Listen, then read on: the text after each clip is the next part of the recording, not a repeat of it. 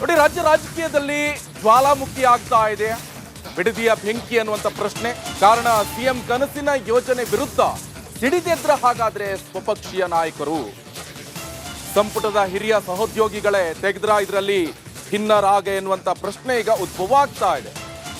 ಈ ನಿಟ್ಟಿನಲ್ಲಿ ಇಂದಿನ ಸಂಪುಟ ಸಭೆಯಲ್ಲೇ ಸ್ಫೋಟಿಸಲಿದ್ಯಾ ವಿರೋಧ?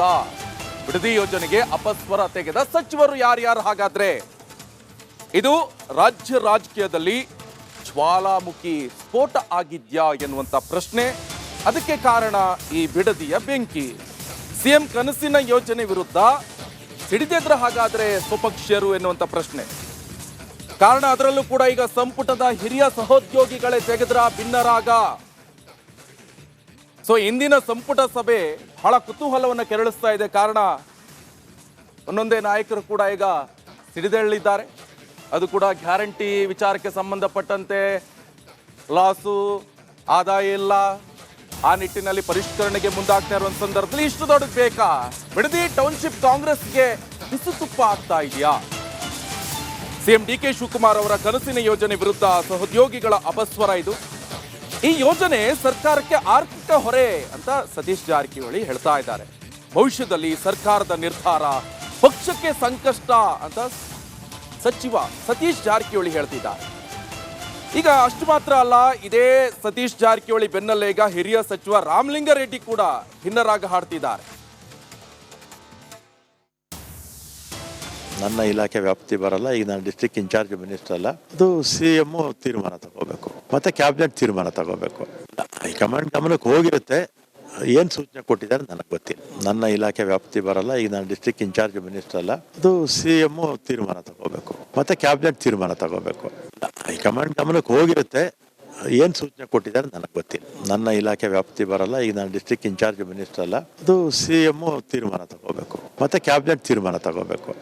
ಹೈಕಮಾಂಡ್ ಗಮನಕ್ಕೆ ಹೋಗಿರುತ್ತೆ, ಏನ್ ಸೂಚನೆ ಕೊಟ್ಟಿದ್ದಾರೆ ನನಗೆ ಗೊತ್ತಿಲ್ಲ. ನನ್ನ ಇಲಾಖೆ ವ್ಯಾಪ್ತಿ ಬರಲ್ಲ, ಈಗ ನಾನು ಡಿಸ್ಟ್ರಿಕ್ಟ್ ಇನ್ಚಾರ್ಜ್ ಮಿನಿಸ್ಟರ್ ಅಲ್ಲ. ಅದು ಸಿಎಂ ತೀರ್ಮಾನ ತಗೋಬೇಕು, ಮತ್ತೆ ಕ್ಯಾಬಿನೆಟ್ ತೀರ್ಮಾನ ತಗೋಬೇಕು. ಹೈಕಮಾಂಡ್ ಗಮನಕ್ಕೆ ಹೋಗಿರುತ್ತೆ, ಏನ್ ಸೂಚನೆ ಪ್ರಶ್ನೆ ಬರೋದಿಲ್ಲ. ಈಗ ಅದ್ರ ಬಗ್ಗೆ ಸಾಧಕ ಬಾಧಕ ಬಗ್ಗೆ ಹಿರಿಯರು ಚರ್ಚೆ ಮಾಡಬಹುದು.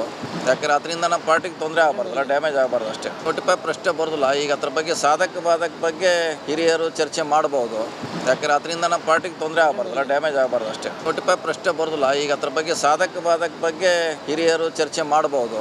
ಯಾಕಂದ್ರೆ ಅದರಿಂದ ನಮ್ಮ ಪಾರ್ಟಿಗೆ ತೊಂದರೆ ಆಗಬಾರ್ದಲ್ಲ, ಡ್ಯಾಮೇಜ್ ಆಗಬಾರ್ದು ಅಷ್ಟೇ. ಪ್ರಶ್ನೆ ಬರೋದಿಲ್ಲ. ಈಗ ಅದ್ರ ಬಗ್ಗೆ ಸಾಧಕ ಬಾಧಕ ಬಗ್ಗೆ ಹಿರಿಯರು ಚರ್ಚೆ ಮಾಡಬಹುದು.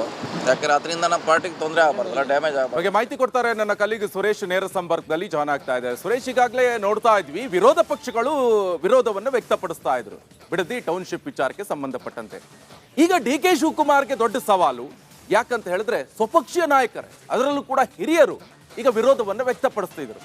ಇವ್ರ ಕಾರಣ ಏನು, ಏನ್ ಕತೆ? ಈಗ ಸಂಪುಟ ಮೀಟಿಂಗ್ ಕೂಡ ಈಗ ತಯಾರಾಗ್ತಾ ಇದ್ದಾರೆ, ಏನಾಗುತ್ತೆ ಅಂತ?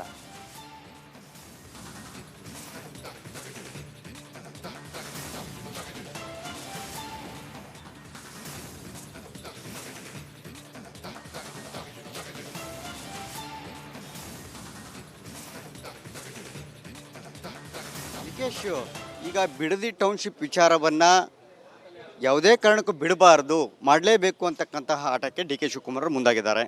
ಅದು ನಿನ್ನೆ ಮೊನ್ನೆದಲ್ಲ, ಹಿಂದೆ ಸಿದ್ದರಾಮಯ್ಯವರು ಮುಖ್ಯಮಂತ್ರಿ ಆಗಿದ್ದ ದಿನದಿಂದ ಈಗ ಇವರು ಮುಖ್ಯಮಂತ್ರಿ ಆಗಿದ್ದವರೆಗೂ ಕೂಡ ಈವರೆಗೂ ಕೂಡ ಯಾವುದೇ ಒಂದು ಹೆಜ್ಜೆಯನ್ನು ಕೂಡ ಅವರು ಹಿಂದೆ ಸರಿದಿಲ್ಲ. ಈಗ ಇರ್ತಕ್ಕಂಥದ್ದು ಸ್ವಪಕ್ಷದಲ್ಲೇ ಒಂದಷ್ಟು ಆಕ್ಷೇಪಗಳು ಎದುರಾಗಿರ್ತಕ್ಕಂಥದ್ದು. ಕಾರಣ ಈಗ 21, 22ನೇ ತಾರೀಕರಂದು JDSನವರು ಆ ಭಾಗದಲ್ಲಿ ಅಂದರೆ ಬಿಡದಿಯ ಭಾಗದಲ್ಲಿ ಪಾದಯಾತ್ರೆಯನ್ನು ಹಮ್ಮಿಕೊಳ್ಳುವಂಥದ್ದು, ಜೊತೆಗೆ ಜನಾಕ್ರೋಶ ಯಾತ್ರೆಯ ಮೂಲಕ ಅಂದರೆ ಆ ಒಂದು ಜನರ ಒಂದು ವಿರೋಧ ಇದೆ ಅಂತಕ್ಕಂಥದ್ದನ್ನು ವ್ಯಕ್ತ ಮಾಡುವಂಥದ್ದು, ಅದನ್ನು ಮನವರಿಕೆ ಮಾಡೋ ನಿಟ್ಟಿನಲ್ಲಿ ಈಗ ಅಲ್ಲಿ ಬೃಹತ್ತಾದಂಥ ಒಂದು ಪಾದಯಾತ್ರೆಯನ್ನು ಕೂಡ ಕೈಗೊಂಡಿರ್ತಕ್ಕಂಥದ್ದು. ಇದು ಸರ್ಕಾರಕ್ಕೆ ಈಗ ಇಕ್ಕಟ್ಟಾಗಿರ್ತಕ್ಕಂಥದ್ದು. ಈ ಕುರಿತಂತೆ ಈಗಾಗಲೇ ಬಹಿರಂಗವಾಗಿಯೇ ಕೆಲ ಸಚಿವರು ಹೇಳಿಕೆಯನ್ನು ಕೊಟ್ಟಿರ್ತಕ್ಕಂಥದ್ದು. ಅದು ಬಿಡದಿ ಟೌನ್ಶಿಪ್ ವಿಚಾರವಾಗಿ ಅಂದರೆ ಡಿ ಕೆ ಶಿವಕುಮಾರ್ ಅವರು ಏನು ಬಿಡದಿ ಟೌನ್ಶಿಪ್ಪನ್ನು ಮಾಡಬೇಕು ಅಂತಕ್ಕಂಥ ಹೊರಟಿದ್ದಾರೆ. ಆದರೆ ಅದರ ಸಾಧಕ ಬಾಧಕಗಳ ಬಗ್ಗೆ ವಿಮರ್ಶೆ ಆಗಬೇಕು, ಚರ್ಚೆ ಆಗಬೇಕು ಅಂತಕ್ಕಂಥ ಮಾತನ್ನು ಹಿರಿಯ ಸಚಿವರಂಥ ಸತೀಶ್ ಜಾರಕಿಹೊಳಿ ಅವರು ಹೇಳಿರ್ತಕ್ಕಂಥದ್ದು. ಈಗ ಸತೀಶ್ ಜಾರಕಿಹೊಳಿ ಅವರು ಇದನ್ನು ಅಷ್ಟು ಹೇಳಿದ್ರೆ ಅಷ್ಟೇ ಅಲ್ಲದೆ ಬಹಿರಂಗವಾಗಿ ಒಂದು ಮಾತನ್ನು ಕೂಡ ಹೇಳಿದ್ದಾರೆ. ಈ ಬಗ್ಗೆ ನಾನು ಕ್ಯಾಬಿನೆಟ್ನಲ್ಲಿ ಚರ್ಚೆಯನ್ನು ಮಾಡ್ತೇನೆ ಅಂತಕ್ಕಂಥ ಮಾತನ್ನು ಹೇಳಿದ್ದಾರೆ. ಹಾಗಿದ್ರೆ ನೋಡಿ, ಕ್ಯಾಬಿನೆಟ್ನಲ್ಲಿ ಚರ್ಚೆ ಆಗುತ್ತೋ ಇಲ್ವೋ ಅದು ಸೆಕೆಂಡ್ರಿ, ಆದರೆ ಬಹಿರಂಗವಾಗಿ ಹೇಳಿದ್ದಾರೆ ಅಂತಂದಾಗ ಅಲ್ಲಿ ಒಬ್ಬರ ವಿರೋಧ ವ್ಯಕ್ತ ಆಗಿದೆ ಅಂತಕ್ಕಂಥದ್ದು ಈ ವಿಚಾರವಾಗಿ ಭಾಳ ಸ್ಪಷ್ಟ ಆಗ್ತಾ ಹೋಗುತ್ತೆ. ಇದು ಒಂದು ಕಡೆಗೆ. ಆದರೆ ಮತ್ತೊಂದು ಕಡೆಗೆ ಹಿರಿಯ ಸಚಿವರಾದ ಮತ್ತು ಕಾಂಗ್ರೆಸ್ ಹಿರಿಯ ನಾಯಕರು ಆಗಿರ್ತಕ್ಕಂಥವ್ರು ರಾಮಲಿಂಗಾರೆಡ್ಡಿ ಅವರೇ ಒಂದು ಮಾತನ್ನು ಹೇಳಿದ್ದಾರೆ. ಅವರು ಕೂಡ ನೋಡಿ ಬಿಡದಿ ಟೌನ್ಶಿಪ್ ವಿಚಾರವಾಗಿ ನೋಟಿಫೈ ಆಗಿದೆ, ಈಗ ಆಯಿತು, ಆದರೆ ಡಿನೋಟಿಫೈ ಮಾಡುವಂತಹ ಪರಮಾಧಿಕಾರ ಇರುವಂಥದ್ದು ಕೂಡ ಸಿ ಎಂ ಆದಂತಹ ಡಿ ಕೆ ಶಿವಕುಮಾರ್ ಅವ್ರಿಗಿದೆ ಅಂತಕ್ಕಂಥದ್ದು. ಅಂದರೆ ಅರ್ಥಾತ್ ಅವರ ಮಾತಿನ ಅರ್ಥ ಇಷ್ಟೇನೆ, ಅದನ್ನು ಡಿನೋಟಿಫೈ ಮಾಡುವಂಥದ್ದು ಅವರ ಕೈಯಲ್ಲಿದೆ, ಅವ್ರು ಮಾಡ್ಬೋದು, ಡಿನೋಟಿಫೈ ಮಾಡೋದು ಸೂಕ್ತ ಅಂತ ಅರ್ಥದಲ್ಲಿ ಅವ್ರು ಮಾತಾಡಿದ್ದಾರೆ. ಅಂದರೆ ಇಲ್ಲಿ ನೋಡಿ, ಇಬ್ಬರು ಸಚಿವರು ಈಗಾಗಲೇ ಬಹಿರಂಗವಾಗಿಯೇ ಸರ್ಕಾರದ ನಡೆಯ ವಿರುದ್ಧ ಈಗಾಗಲೇ ಹೇಳಿಕೆಯನ್ನು ಕೊಟ್ಟಿರ್ತಕ್ಕಂಥದ್ದು.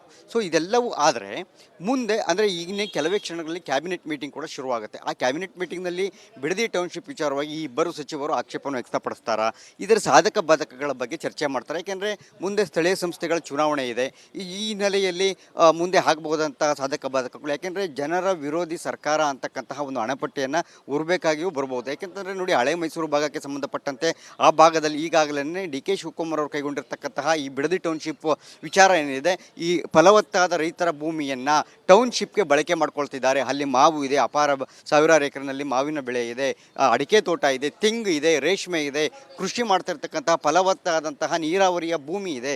ಈ ಭೂಮಿಯನ್ನು ಟೌನ್ಶಿಪ್ಗೆ ಬಳಸ್ಕೊಳ್ತಾ ಇದ್ದಾರೆ ಅಂತಕ್ಕಂಥದ್ದು ಬಹಳ ಗಂಭೀರವಾದಂತಹ ಆರೋಪ. ಆದರೆ ಇಲ್ಲಿ ಡಿ ಕೆ ಶಿವಕುಮಾರ್ ಹೇಳುವಂಥದ್ದು, ಈಗಾಗಲೇ ಅಲ್ಲಿ ಸುಮಾರು 80% ಹೆಚ್ಚಿನ ಜನರು ರೈತರು ಒಪ್ಪಿಗೆಯನ್ನು ಕೊಟ್ಟಿದ್ದಾರೆ ಟೌನ್ಶಿಪ್ ಮಾಡೋದಕ್ಕೆ ಅಂತ ಮಾತನ್ನು ಅವ್ರು ಹೇಳ್ತಾ ಇದ್ದಾರೆ. ಆದರೆ ಆ ಭಾಗದಲ್ಲಿ ರೈತರೇ ಒಪ್ಪಿಗೆಯನ್ನು ಕೊಟ್ಟಿಲ್ಲ ಅಂತಕ್ಕಂತಹ ಮಾತನ್ನ ಸ್ವತಃ JDS ನಾಯಕರು ಮತ್ತು JDS ನ ವರಿಷ್ಠರು ಸೇರಿದಂತೆ JDS ಕಾರ್ಯಕರ್ತರು, ಆ ಭಾಗದಲ್ಲಿರ್ತಕ್ಕಂಥ ರೈತ ಮುಖಂಡರು ಆಕ್ಷೇಪವನ್ನು ವ್ಯಕ್ತಪಡಿಸಿರ್ತಕ್ಕಂಥದ್ದು. ಈಗ 21-22ಕ್ಕೆ ದೊಡ್ಡ ಮಟ್ಟದಲ್ಲಿ ಹೋರಾಟವನ್ನು ಹಮ್ಮಿಕೊಂಡಿದೆ. ಇದು ಸರ್ಕಾರಕ್ಕೂ ಮತ್ತೆ ಬೇರೆ ಬೇರೆ ರೀತಿಯಲ್ಲಿ ಆಯಾಮದಲ್ಲಿ ಸರ್ಕಾರವನ್ನು ಇಕ್ಕಟ್ಟಿಗೆ ಸಿಲುಕಿಸುವಂತಹ ಕೆಲಸಗಳಾಗುತ್ತೆ, ಸರ್ಕಾರಕ್ಕೆ ಕೆಟ್ಟ ಹೆಸರು ತರುವಂಥದ್ದಾಗುತ್ತೆ. ಸೊ ಈಗ ಹಿರಿಯ ಸಚಿವರು ಕೂಡ ಆಕ್ಷೇಪವನ್ನು ವ್ಯಕ್ತಪಡಿಸಿದರೆ ನೋಡಬೇಕು ನಿಕೇಶ್, ಇವತ್ತಿನ ಕ್ಯಾಬಿನೆಟ್ನಲ್ಲಿ ಏನೆಲ್ಲ ಚರ್ಚೆ ಆಗ್ಬೋದು, ಇದಕ್ಕೆ ವಿರೋಧ ವ್ಯಕ್ತ ಆಗುತ್ತಾ ಅನ್ನೋದನ್ನು. Yes, okay, thank you Suresh ನಿಮ್ಮೆಲ್ಲ ಮಾಹಿತಿಗೆ.